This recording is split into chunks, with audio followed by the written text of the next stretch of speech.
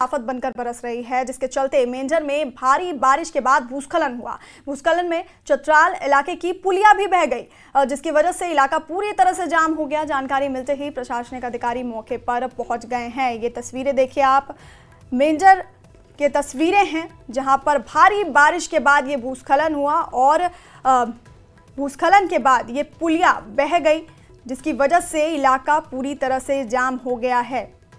तो भारी बारिश के बाद भूस्खलन यहाँ पर हुआ है। मेंजर से ये तस्वीरें आप देख रहे हैं, जिसके भारी बारिश में ये भूस्खलन हुआ और इस दौरान इलाके की पुलिया बह गई, जिसकी वजह से इलाका पूरी तरह से जाम हो गया और जानकारी मिलते ही प्रशासनिक अधिकारी मौके पर पहुंच गए हैं। जम्मू कश्मीर में भारी बारिश आफत बनकर बरस रही है, जिसके चलते मेंजर में भारी बारिश के बाद ये भूस्खलन हुआ। तस्वीरें देख सकते हैं आप किस तरह से ये पुलिया बह गई है और गाड़ियां वहां पर खड़ी हैं।